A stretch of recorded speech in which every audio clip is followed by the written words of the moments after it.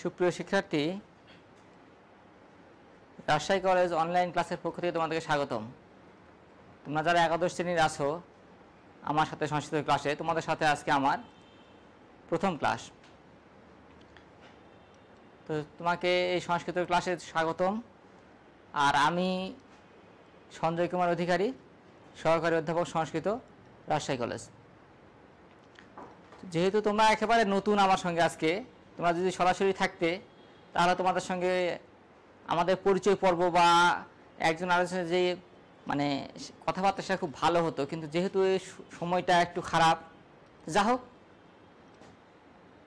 আমরা ক্লাসে প্রবেশ করার পূর্বে কিছু কথা বলি। সেটা হচ্ছে যে আমাদের এই সংস্কৃত বিষয়টা খুব সুন্দর একটা বিষয়। সেটা মানে মানে মানে এটাতে তোমাদের সিলেবাসটা খুব সংক্ষিপ্ত এবং এখানে গদ্য পদ্য এবং গ্রামার মিলে হচ্ছে মূল মানে 100 নাম্বার আর কি।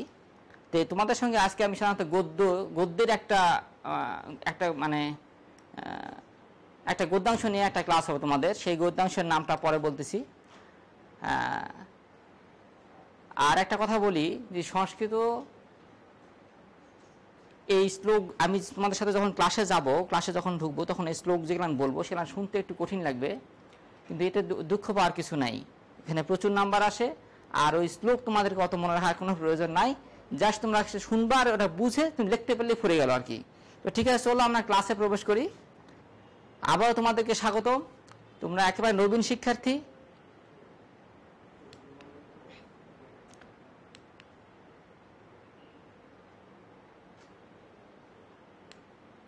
আচ্ছা, আমাদের ক্লাসের আজকে যে মূল বিষয় সেটা হচ্ছে নিয়তির বিধানম। আমি একটু লিখে দিই।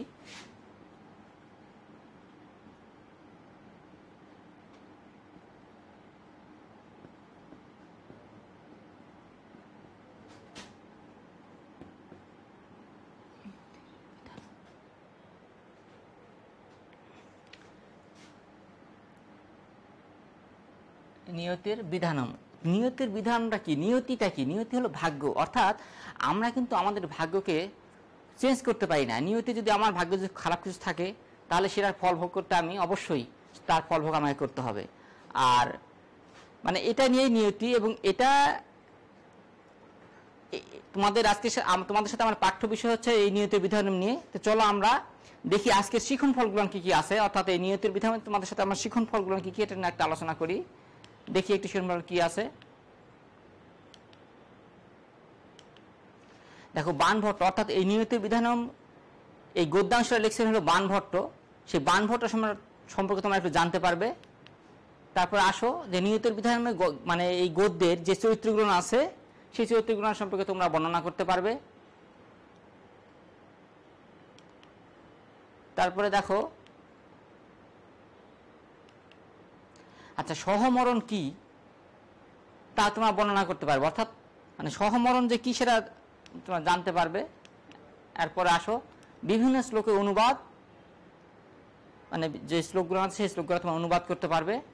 আর নিয়তির বিধানম গদ্যের শ্লোকের ব্যাখ্যা এবং সংক্ষিপ্ত প্রশ্ন যেগুলো বা ব্রড প্রশ্ন সবার উত্তর তোমরা দিতে পারবে। এই মোটামুটি আজকে আমার ক্লাসের হচ্ছে শিখন ফল। অর্থাৎ আমরা এই ক্লাস থেকে এই জিনিসগুলো শিখবো। আর তোমাদের একটা কথা বলি যে আজকে তোমাদের সাথে আমি যে ক্লাসটা নিব যত নিয়তির বিধানম, এখান থেকে তোমাদের 25 নাম্বারের প্রশ্ন হতে পারে আর কি। মোটামুটি মানে 25 নাম্বারের প্রশ্ন হইতে পারে, এবং প্রশ্নগুলো আমি পরে বলবো কোথা থেকে কোন প্রশ্ন আসবে। চলো আমরা প্রথমে আমরা শিখন ফল ধরে একটা একটা করে আলোচনা করি। আমরা কি বাণভট্ট সম্পর্কে কিছু জানি, দেখি বাণভট্ট কে। দেখো, বাণভট্টের একটা ছবি দেওয়া আছে, অর্থাৎ মানে সংস্কৃত কবি বাণভট্ট, তার একটা ছবি দিয়েছি, তোমরা দেখো। এখন এই বাণভট্টের জন্ম এবং মৃত্যু সম্পর্কে আমরা একটু জানবো। আচ্ছা, তোমাদের একটা জিনিস জানিয়ে রাখি যে সংস্কৃত যেসব সাহিত্যিক বড় বড় সাহিত্যিক যারা ছিলেন তাদের কারোই সেরকম কোনো আমরা জন্ম পরিচয় জানি না, সবই হচ্ছে অনুমান নির্ভর। কিন্তু এই বাণভট্টের আমরা জন্ম এবং মৃত্যু কিছুটা হলেও আমরা সঠিক জানি আর কি। আচ্ছা, ইনার জন্ম হচ্ছে খ্রিস্টাব্দ 606, মানে খ্রিস্টাব্দ 606 এবং চাপড়া ভারত। আর তোমাদের একটা কথা বলি, বিভিন্ন বইয়ে এই ওনার জন্মস্থান নিয়ে কিন্তু দুই এক রকম হয়তো মতভেদ থাকতে পারে, কিন্তু জন্মের যে দেশ সেটা নিয়ে কোনো মতভেদ নেই, অর্থাৎ ভারতে। কিন্তু এই জন্মস্থান নিয়ে একটু মতভেদ থাকতে পারে। যাই হোক, ইনার জন্ম হচ্ছে 606 খ্রিস্টাব্দ এবং মৃত্যু হচ্ছে 647 খ্রিস্টাব্দ। আর একটা কথা তোমাদের বলি, সেটা হচ্ছে যে যারা সংস্কৃত কবি সাহিত্যিক বড় মাপের ছিল তারা সবাই কোনো না কোনো রাজার তারা সভাকবি অর্থাৎ অস্থান কবি বা সভাকবি ছিলেন। এই বাণভট্ট একজন রাজার বিখ্যাত রাজা হর্ষবর্ধনের ইনি সভাকবি ছিলেন। রাজা হর্ষবর্ধনের যে রাজ্যকাল বা হর্ষবর্ধন মানে রাজত্বকাল আমরা যদি মানে জানতে চাই তাহলে সেটা হচ্ছে 590 থেকে 647 পর্যন্ত, মোটামুটি এই সময়টা তিনি রাজত্ব করেছেন। আর এই সময় সভাকবি ছিলেন হচ্ছে বাণভট্ট।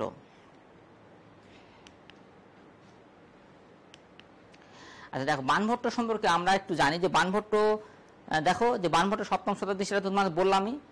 আর রাজা হর্ষবর্ধন আস্থান কবি ছিল, তার জীবনী এবং তিনি একটা বিখ্যাত উপন্যাস রচনা, তার নাম ছিল কাদম্বরী। আর তার জন্ম মানে প্রীতিকূট গ্রামে আর বৎসায়ন গোত্রীয় মগ ব্রাহ্মণ পরিবারে ওনার জন্ম হয়, অর্থাৎ বাণভট্ট একজন ব্রাহ্মণ, কবি বাণভট্ট একজন ব্রাহ্মণ। এখন আমরা দেখি যে নিয়তির বিধানম এই গদ্যের বিভিন্ন চরিত্রগুলো আমরা পরে আলোচনা করবো, জাস্ট নামগুলো একটু দেখে নেই। দেখো, প্রভাকর বর্ধন, যশোবতী, রাজ্যবর্ধন, হর্ষবর্ধন, রাজশ্রী, গ্রহবর্মা ও দেবগুপ্ত। আর তোমাদের একটা কথা বলে নিই যে এই নামগুলা দিয়েই কিন্তু অনেক সময় দেখা যাচ্ছে সংক্ষিপ্ত প্রশ্ন দিতে পারে, যে বলা হলো যে প্রভাকর বর্ধনের সন্তানের নাম লেখো, এই টাইপের প্রশ্ন আসতে পারে। যাই হোক, আমরা তাহলে নিয়ত বিধান গদ্যের যে বিভিন্ন চরিত্র অর্থাৎ চরিত্রগুলোর নামগুলো জানলাম।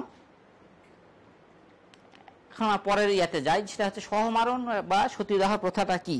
আচ্ছা, সহমরণ বলার আগে যে এই গদ্যে যে মানে তোমার যশোবতী অর্থাৎ প্রভাকর বর্ধনের স্ত্রী, তিনি কিন্তু এই সহমরণে গিয়েছেন, বা সেই জন্য এখানে সহমরণটা আসছে। সতীদাহ প্রথাটা কি আমরা একটু বোঝার চেষ্টা করি। এটা একটা কুসংস্কার।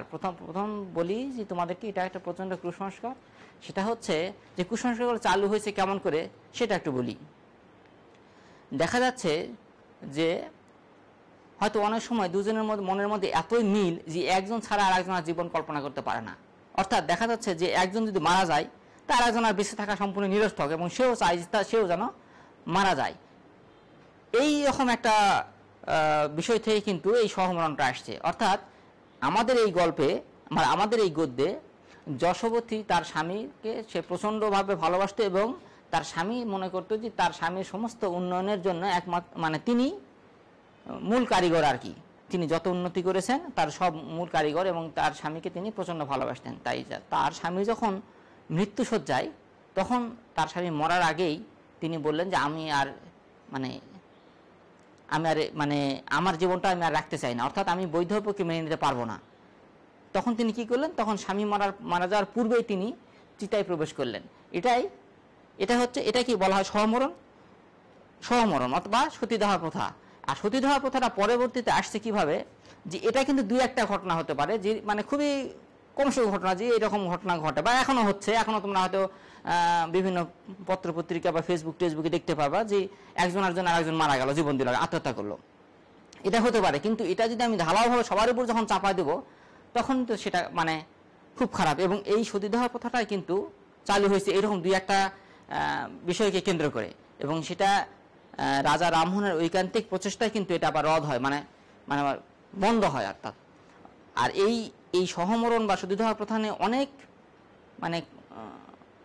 বিভৎস কাহিনী এবং খারাপ কথাবার্তা আছে। অনেকে দেখা যাচ্ছে যে স্বামী মারা গেল, তার স্ত্রীকে জোর করে নিয়ে যায়, সেখানে পুড়ে ফেলা হচ্ছে। তার পিছনে অনেক স্বার্থ আছে, যেমন যাতে তার কোনো আর তার স্বামীর সম্পত্তির কোনো অংশীদার বা উত্তরাধিকার না থাকতে পারে। যদি এমনও হয় যে সেই মেয়েটা হচ্ছে অন্তঃসত্ত্বা হলেও তাকে জোর করে তাকে মেরে ফেলা, আগুনে দাহ করা হয়েছে আর কি। এরকম অনেক বিভৎস ঘটনা আছে আর কি। যা হোক, তাহলে যে স্বামীর সঙ্গে একই চিতায় যারা দেহ ত্যাগ করবেন বা মৃত্যুকে বরণ করবেন, সেটা হচ্ছে সহমরণ। কিন্তু প্রথাটা ভিন্ন। প্রথাটা হলো জোর করে চাপায় দেওয়া হয়েছে, যে দুই একটা ঘটনাতে এভাবে হয়েছে, পরবর্তীতে সেটা সম্পূর্ণ সবার উপরে চাপায় দেওয়া হচ্ছে। যাই হোক, আমরা একটা সহমরণ একটা ছবি দেখবো এখন। দেখো তোমরা একটু, এই যে দেখো, যে স্বামী মানে স্বামীর চিতা চলতেছে, আর নতুন বধূ সে হয়তো কয়েকদিন আগে তাকে বিয়ে করছে আর কি। মানে আগের যুগের যারা তোমার একটু ধনাঢ্য ব্যক্তি তারা বৃদ্ধ বয়সেও বিয়ে করে আর কি। এবং যারা গরিব শ্রেণীর যেসব বাবা মা আছে তাদের সন্তানকে তারা সেই মানে ধনীর হাতে তুলে দেয়, এবং তারা বিয়ে করা হয়তো কয়েকদিন পরে মারা গেল, তখন তাদেরকে এইভাবে বাদ্য বাজনা সব কিছু দিয়ে তাদেরকে মানে সেই মেয়েকে আবার দাহ করানো হয়। এখানে একটা বিষয় যে অনেক সময় যদি মেয়ে যদি তোমার অস্বীকৃতি জানায়, সেই জন্য তাকে জোর করে মানে নেশার দ্রব্য তাকে খাওয়ানো হয়, সে যেন আচ্ছন্ন হয়ে থাকে। আচ্ছা, আরও অনেক ঘটনা আছে। তো এইভাবে যে তাকে স্নান টান করানোর পর তাকে আবার সেই চিতায় তুলে তাকেও দাহ করা হবে আর কি। আচ্ছা, আমরা এখন আমাদের মূল গল্প যেটা বা মূল গদ্যাংশ সেখানে আসি। আমরা সহমরণ দেখলাম, এখন আমরা আসি মূল গদ্যে। সেখানে দেখো প্রথমে একটা শ্লোক আছে, দেখো সেটা হচ্ছে নিয়তির বিধাও পুংসাং প্রথমং সুখম পরি দারুণং দুঃখম কৃত্যালোক তরলা তরিদিব বজ্রং নিপাতয়তি। অর্থাৎ এখানে বলা হচ্ছে যে নিয়তি মানে এখানে বলা হচ্ছে বিদ্যুৎ আছে না আমাদের যখন বর্ষাকালে বা বৃষ্টির পরে যে বিদ্যুৎ চমকায়, সেখানে বলতেছে যে বিদ্যুৎ প্রথমে আলো দেওয়ার পরেই প্রচণ্ড শব্দ মানে বজ্রপাত হয় আর কি। সেই রকম মানুষের জীবনে সুখ আসে, সুখের পর আবার দারুণ দুঃখ আসে। তো এটাই হচ্ছে আমাদের এই নিয়তির মানে নিয়তি বিধানের মূল গল্প। আমরা একটু গল্প একটু আলোচনা করি। তাহলে এখানে দেখো, এখানে তোমার একজন রাজা ছিলেন, তিনি হলো স্থানীশ্বরের মানে শ্রীকণ্ঠ নামে একটা জায়গার রাজা, তার নাম ছিল প্রভাকর বর্ধন, এবং তিনি অনেক গুণে গুণান্বিত। অর্থাৎ তিনি দেখা যাচ্ছে তিনি হুন, হরিণী, কেশব এবং মালবলক্ষীলতা প্রভৃতি গুণে গুণান্বিত। অর্থাৎ মানে এক কথা অতুলনীয় তিনি হলেন রাজা প্রভাকর বর্ধন। তার স্ত্রী যশোবতী, তিনি একজন বীরের কন্যা। এই যশোবতী যখন সূর্যদেবের কাছে প্রার্থনা করেন, তখন তার সূর্যদেবের প্রার্থনা অনুসারে তার 3টা সন্তান হয়। একটা হচ্ছে রাজ্যবর্ধন, হর্ষবর্ধন এবং রাজশ্রী। রাজা প্রভাকর বর্ধনের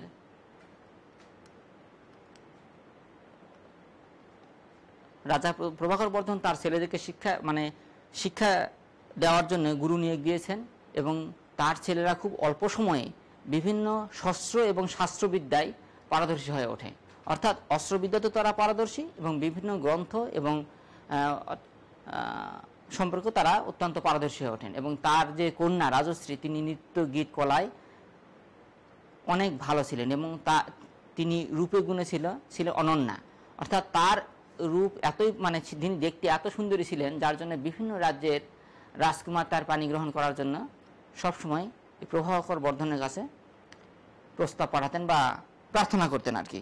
যে এই ছিল তাদের অবস্থা।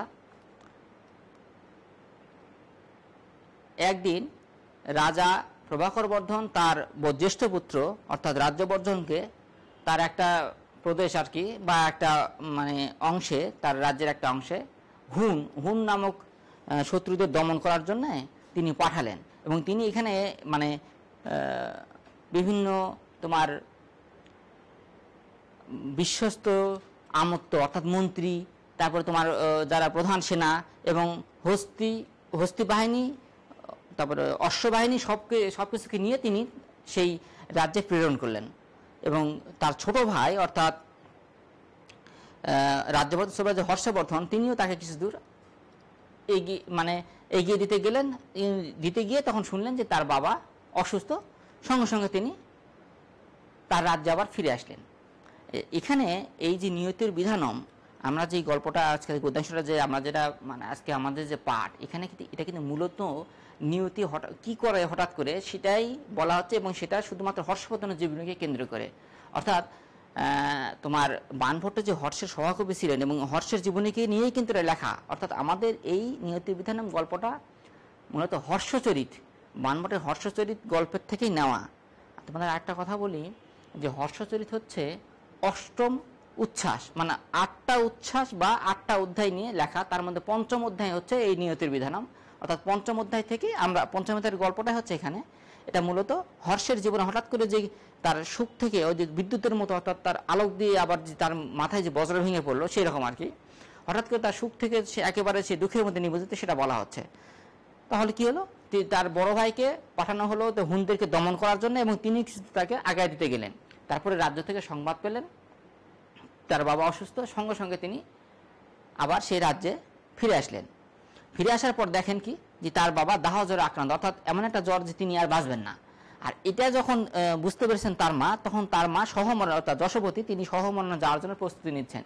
তখন তার ছেলে অর্থাৎ হর্ষবর্ধন তাকে যখন মানে কান্নাকাটি করে অনেক ইয়া করে তখন তাকে বলতেছেন যে তুমি এটা কি করতেছো, আমি তো মানে সব মানে আমার বাবা তো থাকবেনই না, তুমিও যদি না থাকো তো আমি কি করবো, এরকম একটা অবস্থা।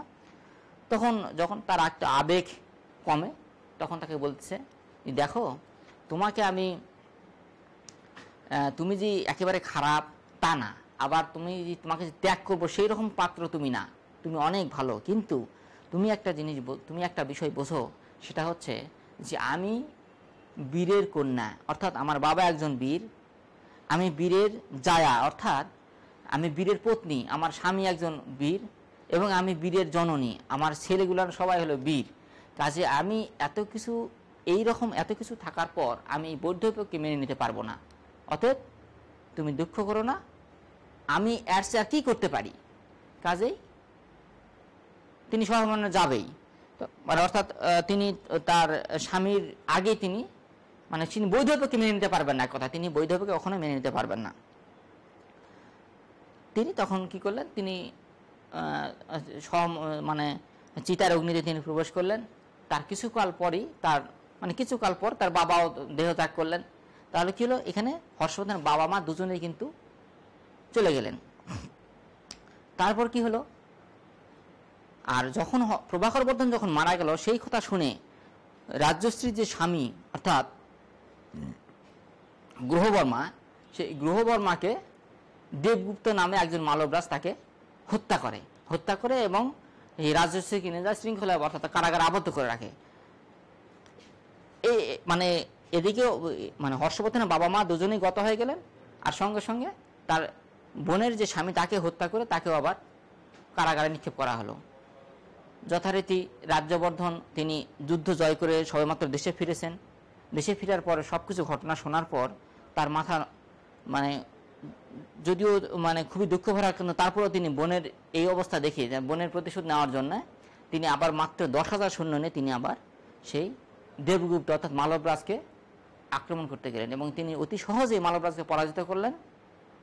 পরাজিত করে তিনি যখন ফিরে আসেন, তখন একজনের মিথ্যে আতিথেয়তা অর্থাৎ মানে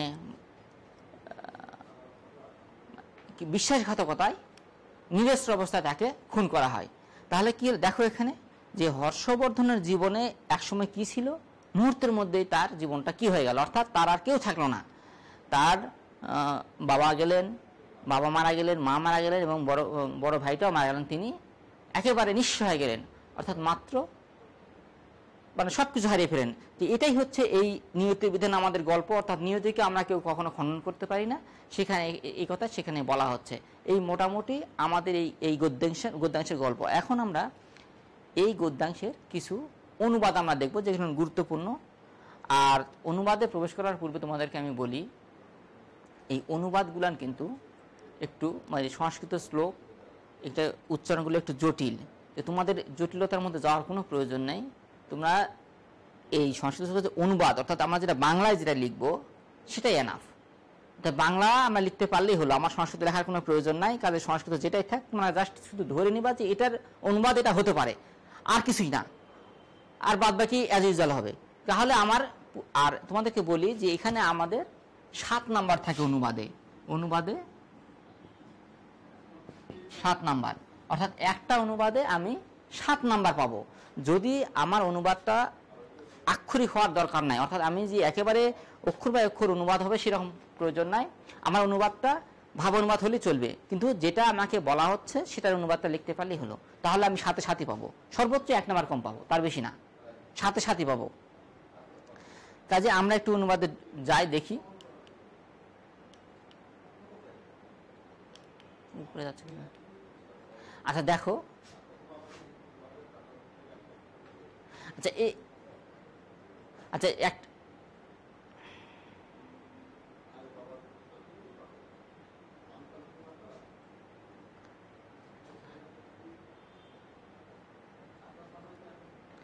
আর তোমাদেরকে আমি বলি যে সংস্কৃত অনুবাদ আমরা যখন করব তখন যদি আমরা সন্ধি বিচ্ছেদ করে যদি আমরা করতে পারি তাহলে আমাদের জন্য সবচেয়ে সুবিধা।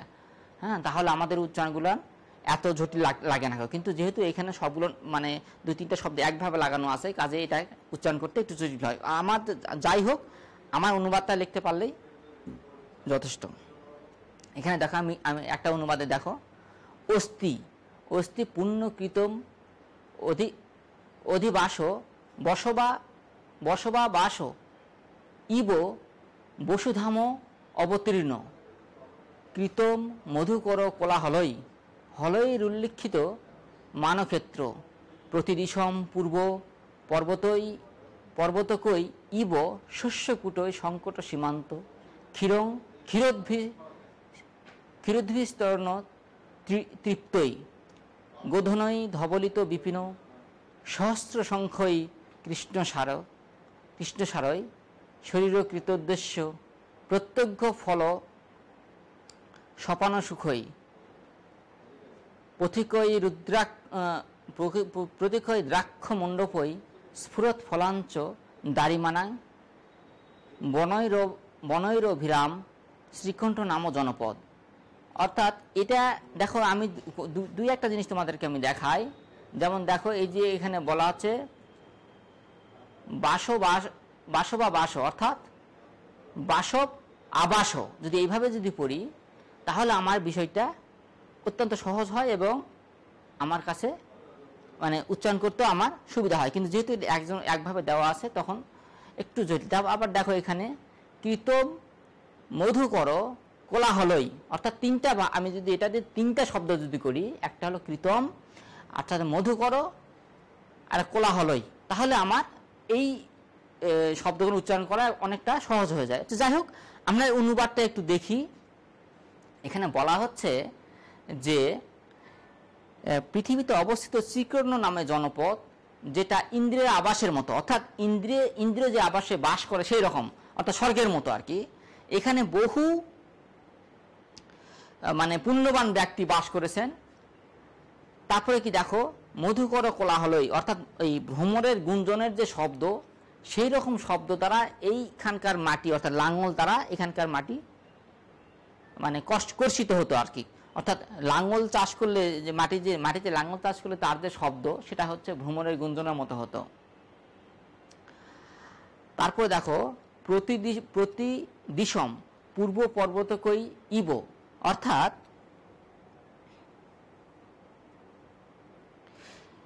দিকে দিকে ক্ষুদ্র পর্বতের নাই, অর্থাৎ দিকে দিকে, অর্থাৎ সেই মানে রাজ্যের বিভিন্ন দিকে ক্ষুদ্র ক্ষুদ্র পর্বতের নাই শস্যপূর্ণ স্তূপ আছে আর কি।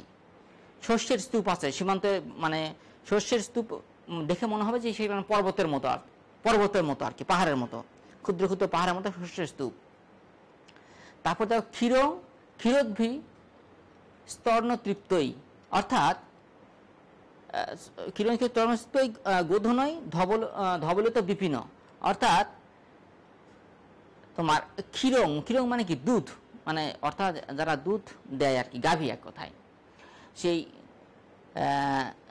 যে গাভীরা দুধ দেয় তারা ওই ঘাস মানে ঘাসে তৃপ্ত এক কথায়। সেই গোধনের সেই মানে অঞ্চলটা ধবলিত হয়ে আছে আর কি। অর্থাৎ দুগ্ধবতী, আমি যদি মানে একটু করে বলি, যে দুগ্ধবতী গাভীরা যারা মানে তৃণ দ্বারা তৃপ্ত, তাদের যারা যখন মানে ওই বনাঞ্চলে চড়ে তখন সেটা ধবলিত, অর্থাৎ সেটা ধবলিত হয়ে যায় আর কি চারিদিকে। তারপরে দেখো, সহস্র সংখ্যই কৃষ্ণসার, সহস্র সংখ্যই মানে কি হাজার হাজার, কৃষ্ণসার মানে হচ্ছে তোমার হরিণ, যে কৃষ্ণ হরিণ যেটা, সেই হরিণ, সেই হরিণেরা সেই চারণভূমিতে সবসময় চড়ে, অর্থাৎ হাজার হাজার হরিণ সেই কৃষ্ণভূমিতে চরে। তারপরে কি দেখো, প্রত্যজ্ঞ ফলসার ফলরস পান সুখই, অর্থাৎ পথিকেরা মানে একেবারে যেটাকে বলা হয় যে টাটকা ফলের রস পান করে তৃপ্ত হয়, এবং দ্রাক্ষা মণ্ডপই, অর্থাৎ দ্রাক্ষা কুঞ্জ মানে এক ধরনের উদ্ভিদের যেই বাগান, দ্রাক্ষা কুঞ্জ, আর হচ্ছে দারিম্ব ফলের দ্বারা সেই বাগানটা রমণীয় হয়ে আসে। এটাই মূলত এই শ্লোকটার হচ্ছে অনুবাদ। তাহলে আমরা যদি একটু অন্যভাবে যদি বলি যে শ্রীকণ্ঠ নামে একটা জনপদ ছিল, সেই জনপদে ইন্দ্রের আবাসের মতো, অর্থাৎ স্বর্গে ইন্দ্রের যে স্বর্গের মতো, এক কথায় তার আবাসভূমিতে স্বর্গের মতো, সেখানে বহু মনীষী বসবাস করেছেন। এইখানকার মাটি যখন হালের কর্ষণ হয় তখন ভ্রমরের গুঞ্জনের মতো তার শব্দ হয়, আর চারিদিকে ক্ষুদ্র ক্ষুদ্র পাহাড়ের মতো শস্যের স্তূপ, এবং দুগ্ধবতী গাভীদের যারা তৃণে তৃপ্ত, অর্থাৎ লতাপাতা খেয়ে যারা তৃপ্ত, তাদের যারা সেই অঞ্চলটা ধবলিত থাকে।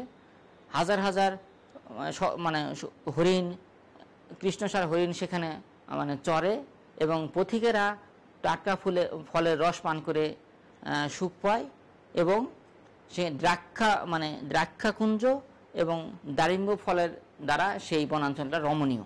এই মোটামুটি হলো তোমার এটার অনুবাদ। আমরা পরে অনুবাদটা একটু দেখব। দেখো, অথ কথাচিত রাজ্য বর্ধনম কবচহরম আহুয় হুনানো হন্তুং হরিণা নিব হরিণেশ কিশোরম অপরিমিত বলানুয়াতং চিরন্তনৈ রমাতীর নুরক্তৈশ্চ মহানমত্তৈ কৃত্বা সাবিসার মুত্তরাপথং প্রাহিনত। অর্থাৎ এটা হচ্ছে যে এটার ভাবার্থ যদি আমি বলি, বা যদি আমি অনুবাদগুলো যদি বলি, দেখো যে অথ কদাচিৎ মানে একদিন রাজ্যবর্ধন, মানে রাজ্যবর্ধনকে তার বাবা অর্থাৎ প্রভাকর বর্ধন, অর্থাৎ কোনো একদিন প্রভাকর বর্ধন রাজ্যবর্ধন ডেকে হুন, দেখো আহু হুনানো হন্তুং হরুণাবিব, অর্থাৎ হুন যারা আছে সেই হুনদের দমন করার জন্য তিনি তার সঙ্গে অনেক সেনা, বিশ্বস্ত আমত্ত অর্থাৎ হচ্ছে যে মানে মন্ত্রী এবং প্রধান সেনাসহ উত্তর দিকে, অর্থাৎ তাকে দমন করতে উত্তর দিকে পাঠালেন। এটাই মোটামুটি এই শ্লোকের অনুবাদ। আবার দেখো আমি একটু বলি, একদিন প্রভাকর বর্ধন তার জ্যেষ্ঠ পুত্র রাজ্যবর্ধনকে হুনদের দমন করার জন্য, অর্থাৎ আর একটু করে বলি যে হরিণকে শিকার করার জন্য সিংহ যেমন তার শাবককে প্রেরণ করে, সেই রকম প্রভাকর বর্ধন হুনদের দমন করার জন্য তার বীরপুত্র রাজ্যবর্ধনকে প্রেরণ করলেন, এবং রাজ্যবর্ধনকে তার সঙ্গে সেনা, মন্ত্রী এবং প্রধান সেনাপতিদের তার সঙ্গে উত্তর পথে পাঠালেন। এই মোটামুটি হচ্ছে এটার অনুবাদ। আচ্ছা, আমরা পরেরটা একটু দেখব। সেটা দেখো তত প্রশান্তে মনুবেগে সস্নেহমুত্থায় পয়ামাস দেবী সুতম অবাদিচ্য বৎস নাশিত প্রিয় নির্গুণ বা পরিত্যাগার্হ বা কুলকলত্রমস্মি চরিত্রধনা ধর্মবলে কুলে জাতা বীরজা বীর জায়া বীর জননী চ মাদৃশী পরাক্রমকৃতা কথং অন্যথা কুজ্জাত। আমি আরেকবার পড়ি, তোমরা যদি আরেকবার শোনো। তত প্রশান্তে মনোবেগে সস্নেহ মুত্থাপ পয়ামাস দেবী সুতং অবাদিচ্য বৎস নাশী ন প্রিয় নির্গুণ বা পরিত্যাগার্হ বা কুলকলত্রমস্মি চরিত্রধনা ধর্ম বলে কুলে যাতা বিরজা বীরজায়া বীরজন্যে চ মাদৃশ্য পরিক্রমকৃতা কথং অন্যথা কুর্যাত। অর্থাৎ এখানে অর্থাৎ এই কথাটা কখন বলে, যখন তিনি মানে যশোপতি সহমন্যে যায়, তখন তার ছেলে যখন আসে তার পায়ে পরে কানাকাটি, তখন তিনি বলেন যে যখন তার আবেগটা একটু কমে যায় তখন তাকে বলে যে হে বৎস, তুমি নির্গুণ তাও না, তুমি যে আমার প্রিয় তাও না, তোমাকে আমি পরিত্যাগ করব এরকমও তুমি না, কিন্তু তুমি চিন্তা করো যে আমি কুলবধূ, চরিত্রে আমার প্রধান সম্পদ, আর ধর্মকুলে আমার জন্ম, অর্থাৎ ধর্ম বলে কুলে আমার জন্ম, বীরজা অর্থাৎ আমি বীরের কন্যা, বীর জায়া বীরের পত্নী বা স্ত্রী, বীর জননী এবং বীরের মা, যে এইরকম পরাক্রম কার আছে, আর আমি আর কথম অন্যথা কুজ্জাত, অর্থাৎ আমি এছাড়া আর কি করব। তাহলে মানে উনি এক কথায় উনি বলতেছেন যে তার ছেলে যখন তাকে মানে তার পায়ে পড়ে যখন কান্নাকাটি করে, তখন বলে যে অত প্রশান্ত মনোবেগে তার আবেগ কমে গেলে তিনি সস্নেহে তার পুত্রকে বলতেছেন যে বৎস, তুমি যে নির্গুণ তাও না, তুমি আমার প্রিয় তাও মানে অপ্রিয় তাও না, এবং তোমার কাছে পরিত্যাগ করব সেরকমও না, কিন্তু মানে যাদের চরিত্রই প্রধান সম্পদ, অর্থাৎ যাদের চরিত্র এবং ধর্মোজ্জ্বল বংশে তাদের জন্ম এবং যাদের চরিত্রের প্রধান সম্পদ, যে বীরজা বীর জায়া বীর জননী, হ্যাঁ, এবং এরকম মহাপরিক্রম যারা আছে, সে এছাড়া আর কি করবে, অর্থাৎ তিনি কিছুতেই সেই বৈধব্য মেনে নিতে চাচ্ছেন না।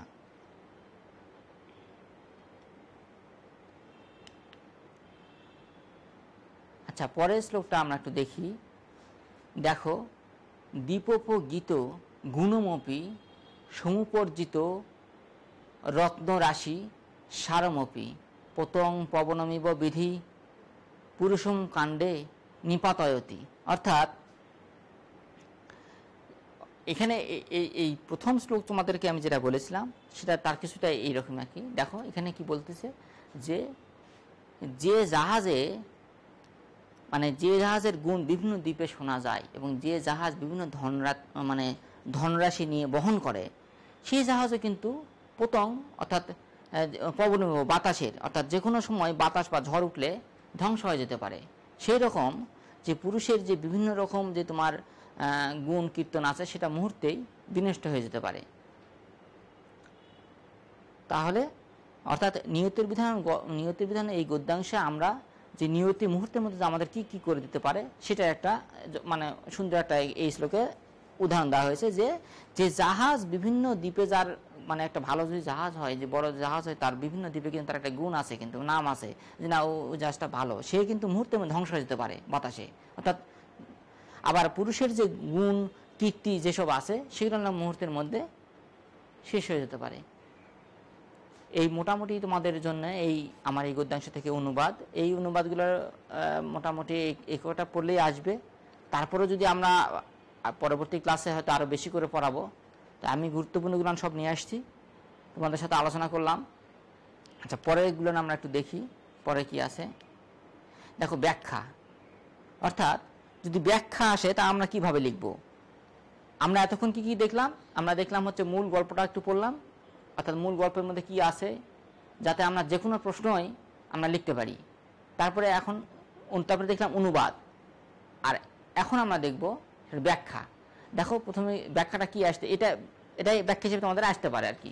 দেখো, নিয়তির বিধা পুংসাং প্রথমং সম্মুখপরি দারুণং দুঃখম কৃত্তালকতরলা তর্দীয় বজ্রং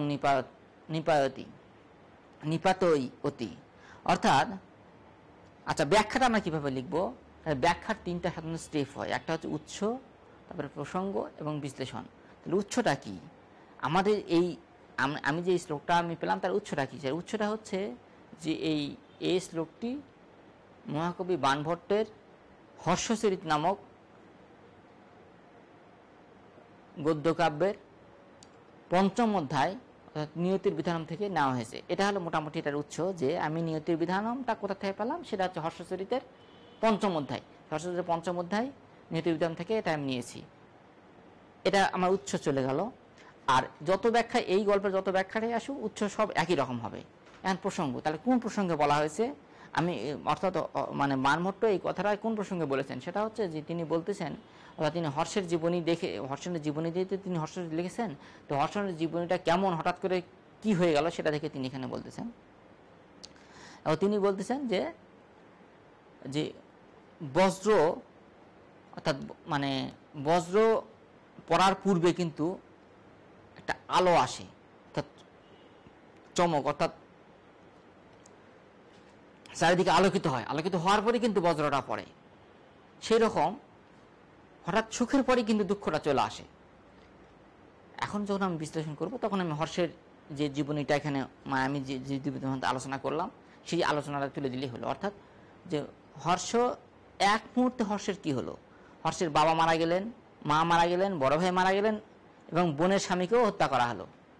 এই যে তার জীবনের মুহূর্তের মধ্যে তার জীবনের যে পরিবর্তন, এটাই বিশ্লেষণ। এটা একটু ভালো করে লিখলে, অর্থাৎ আমি যদি এখানে এভাবে বলি যে রাজা প্রভাকর বর্ধনের বড় ছেলে হর্ষবর্ধনকে তিনি হুনদের বিজয়ের জন্য পাঠালেন, এবং হুনদের বিজয়ের পাঠানোর সময় তিনি জাহাজের আক্রান্ত হন, এবং তার জাহাজর আর ভালো হবে না এরকম অবস্থা দেখে তার মা সহমরণে গেলেন। কিছুকাল পরে প্রভাকর বর্ধন প্রাণ ত্যাগ করলেন, এবং প্রভাকর বর্ধন প্রাণ ত্যাগের কথা শোনার পর তার দেবগুপ্ত নামে এক মালবরাজ তার বোনের স্বামী অর্থাৎ গ্রহবর্মাকে হত্যা করে তার বোনকে কারাগারে নিক্ষিপ্ত করেন। বড় ভাই অর্থাৎ রাজ্যবর্ধন যুদ্ধ শেষে দেশে ফিরে বাবা মার বিলাপ, অর্থাৎ বাবা মার এই মৃত্যুর খবর শুনে এবং বোনের যে অবস্থা দেখে সে মৃত্যুর শোককে পাথর করে সে তার বোনের সাহায্যের জন্য সে আবার অভিযানে যান, এবং সেখানে তাকে পরাজিত করে বিশ্বাসঘাতকতায় তার আবার মৃত্যু হয়। তাহলে মুহূর্তের মধ্যে হর্ষের জীবনে কি পরিবর্তন হলো সেটাই তুলে ধরা হয়েছে। আচ্ছা, ব্যাখ্যা হলো। এখন আমরা দেখি সংক্ষিপ্ত প্রশ্ন, অর্থাৎ সংক্ষিপ্ত প্রশ্ন কি কি আসতে পারে। দেখো যে এই প্রশ্নগুলো, সংক্ষিপ্ত প্রশ্ন কিন্তু 5 নাম্বার, তোমরা একটু দেখো।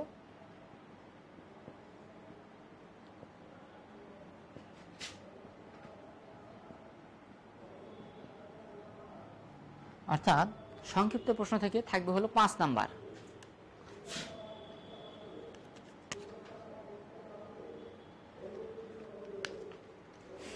অর্থাৎ দেখা যাচ্ছে আমি অনুবাদ থাকবে 2টা, আর প্রশ্ন 5 নাম্বার। 5 নাম্বারে কিন্তু 5-এ 5ই পাওয়া যায়। তাহলে আমি প্রশ্নগুলো একটু দেখি কি কি আসতে পারে। প্রভাকর বর্ধন কে, তার স্ত্রী, পুত্র এবং কন্যা কে ছিল। তার প্রভাকর বর্ধন কে, তিনি স্থানীশ্বরের রাজা পুষ্যভূতির যে অর্থাৎ স্থানীশ্বরের রাজাতে পুষ্যভূতি ছিল, তার বংশধর ছিলেন হল প্রভাকর বর্ধন। তিনি সর্বগুণে গুণান্বিত ছিলেন, এবং তার স্ত্রীর নাম ছিল যশোবতী, পুত্র রাজ্যবর্ধন এবং হর্ষবর্ধন, আর কন্যার নাম ছিল রাজশ্রী। এই মোটা এইটুক লিখলেই 5 নাম্বার কনফার্ম। পরবর্তী দেখো যশোবতীকে, এবং তিনি কেন এবং কী রূপে জীবন উৎসর্গ করলেন। তোমাদের সাথে আমি যেটা বললাম, যশোবতীকে, যশোবতী হচ্ছে প্রভাকর বর্ধনের স্ত্রী। আর তিনি যখন দেখলেন যখন তার স্বামী মারা যাবে, তিনি বৈধব্যকে কোনোভাবে মেনে নিতে পারবেন না, তাই তিনি সহমরণে গেলেন, অর্থাৎ তার স্বামীর মৃত্যুর পূর্বেই তিনি অগ্নিতে প্রবেশ করলেন। রাজশ্রীকে এবং তার স্বামীর নাম কি। রাজশ্রী কে? রাজশ্রী হচ্ছে প্রভাকর বর্ধনের কন্যা, যিনি রূপে গুণে নৃত্য গীত কলায় তিনি অতুলনীয় ছিলেন, এবং তার রূপে মুগ্ধ হয়ে বিভিন্ন রাজকুমাররা প্রভাকর বর্ধনকে তার পানি গ্রহণের জন্য প্রার্থনা করেন। আর তার স্বামীর নাম ছিল গ্রহবর্মা। এই মোটামুটি আমার সংক্ষিপ্ত প্রশ্নে তোমাদের সঙ্গে আলোচনা। তাহলে আমরা কি কি আলোচনা করলাম আজকের এই গদ্যাংশ থেকে? প্রথমে করলাম হচ্ছে তোমার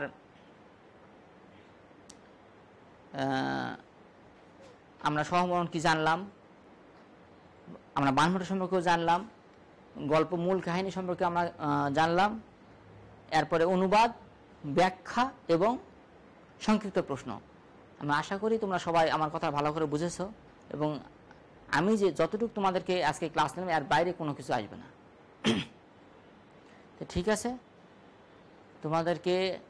তোমরা নবীন শিক্ষার্থী, তোমাদেরকে আমাদের সংস্কৃত বিভাগের পক্ষ থেকে এবং রাজশাহী কলেজের পক্ষ থেকে তোমাদেরকে আবারও স্বাগতম। সবাই ভালো থাকো, ধন্যবাদ। সামনের ক্লাসে আবার তোমাদের সাথে দেখা হবে।